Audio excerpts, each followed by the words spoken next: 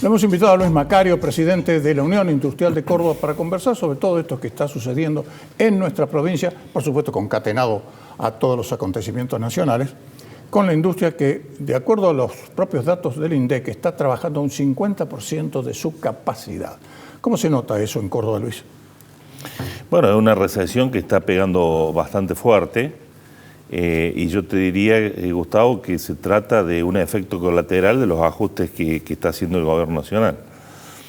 Tampoco se le puede, creo, echar toda la culpa a este gobierno por los ajustes que está haciendo, porque cuando se hace un ajuste, porque había un desajuste. Seguro, es que era así. Y bueno, esos ajustes implican, digamos, que se traslade a una recesión muy importante. Ha habido un apretón fiscal, un apretón monetario muy fuerte. Entonces hay menos dinero en la calle, eso significa que hay menos compras a los comerciantes, y al haber menos compras a los comerciantes, los proveedores de los comerciantes son las industrias y se está sintiendo ese golpe. Pero bueno, el gobierno habla del rebote de la economía una vez que las variables macroeconómicas estén ordenadas, así que se está esperando eso. Hay sectores. Hace poco también el INDEC había mostrado que había una caída del 21% y los 16 índices que mira el INDEC, no había ninguno que fuera positivo, donde hay algunos sectores que lo están pasando peor,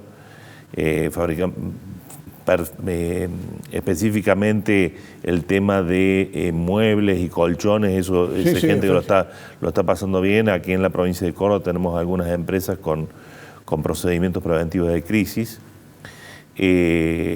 Pero bueno, hace poco también, con motivo del paro, hicimos una encuesta muy rápido, un sensor que le decimos en la Unión Industrial de Córdoba, y hay un 65% de empresas que no han afectado a su personal, que es un porcentaje también importante.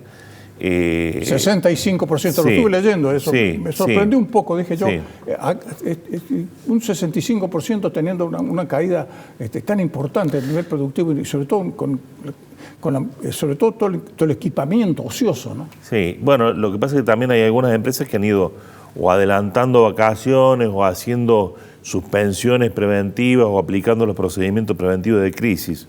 Las empresas que aplicaron despidos no es un porcentaje. Por supuesto, yo no me quiero olvidar no quiero ser poco empático y hablar solamente de números, porque a la persona que le tocó el despido le representa el 100%, ¿no es cierto? Sí, no, efectivamente es así. Pero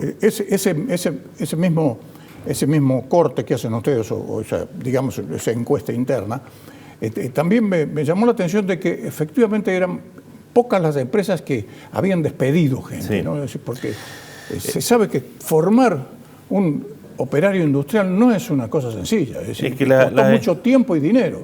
Las empresas crecen si tienen personal preparado y capacitado, o sea, entonces los industriales, y creo que digamos todo el empresariado, la última medida que va a tomar es es prescindir de sus empleados. Claro. Por esto que vos decís, cuesta mucho la formación y la capacitación de esos recursos, y salvo circunstancias que sean extremas, se va a tratar de preservar la mano de obra, ¿no? Luis, yo no te pido que seas, ni que tengas la bola de cristal, pero ¿en qué momento crees vos que se le va a comenzar a ver la pata a la sota?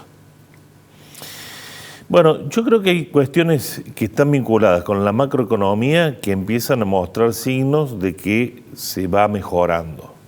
Ejemplo, hay superávit fiscal y yo sí coincido con el diagnóstico en el sentido de que el déficit crónico que ha tenido este país es lo que nos ha llevado a esta decadencia. Después habrá que ver si el superávit ese, como está planteado hoy, es sustentable. Exacto, o no lo es. Esa es otra pregunta.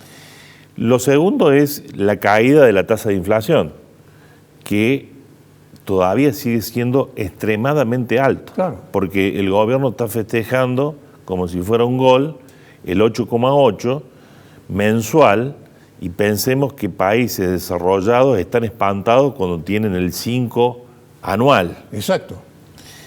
Hay una caída de las tasas de interés, que eso creo que va a obligar a los bancos a que vuelvan a trabajar de bancos, no porque los bancos hubieran sido eran proveedores perversos, del dinero del Estado. pero no por una cuestión de perversidad del sector bancario, sino que las reglas de juego las termina poniendo el gobierno. Y además, ¿quién puede tomar un préstamo al 200% anual? Es imposible.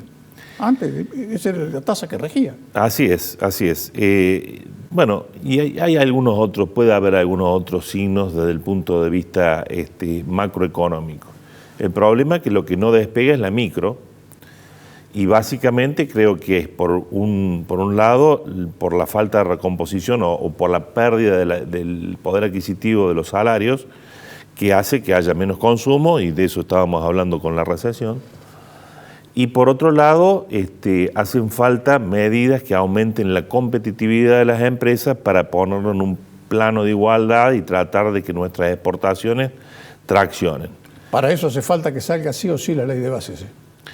Primer paso. Yo creo que es importante que salga la ley de bases. Ahí hay muchos institutos que son, creo, trascendentes, pero además creo que hay una cuestión agregada, adicional, que no es menor, que es desde el punto de vista institucional. Este gobierno ya va a llevar prácticamente 6 meses en el gobierno y no ha logrado obtener la aprobación de ninguna ley. Sí, y algo que se preveía.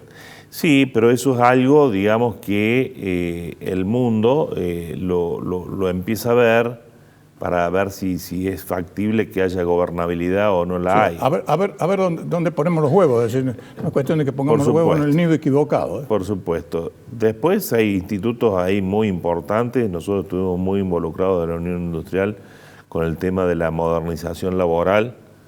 Digamos que no es, yo creo que todas las reformas que están planteadas en la ley bases son las posibles, a lo mejor no las ideales, pero por ejemplo el tema de reforma laboral, con la eliminación, la derogación de las indemnizaciones agravadas y las multas, que realmente son un desincentivo para que las industrias tomen mayor personal, porque crean una contingencia que muchas veces atenta contra la existencia misma de la empresa. A la propiedad privada. Estaría hasta violándose el artículo de la Constitución que habla de la propiedad privada, que es inviolable. Está también este tema del RIGI, que es un tema un tanto controversial y donde hay opiniones distintas, pero que nosotros creemos que es de nuevo, a lo mejor no es lo deseable, pero es necesario en esta época. ¿Por qué? Porque Argentina ha sido un defaulteador serial, no solamente de los préstamos, sino de las normativas jurídicas. Exacto. Y eso fatalmente se termina pagando. Para que un país reciba inversiones es necesario que exista confianza y seguridad jurídica. Algo que Argentina no puede exhibir. Efectivamente es así. Entonces, el precio que hay que pagar para que esas inversiones vengan es darle un régimen distinto, con determinados privilegios, que puede tener algún tipo de contraindicación, pero que creemos que es absolutamente necesario para que se radiquen empresas, porque en función de ello se empieza a agrandar la torta. Exactamente. Abrirle la puerta al desarrollo una vez por todas. Gracias por tu presencia. Un gusto, Gustavo.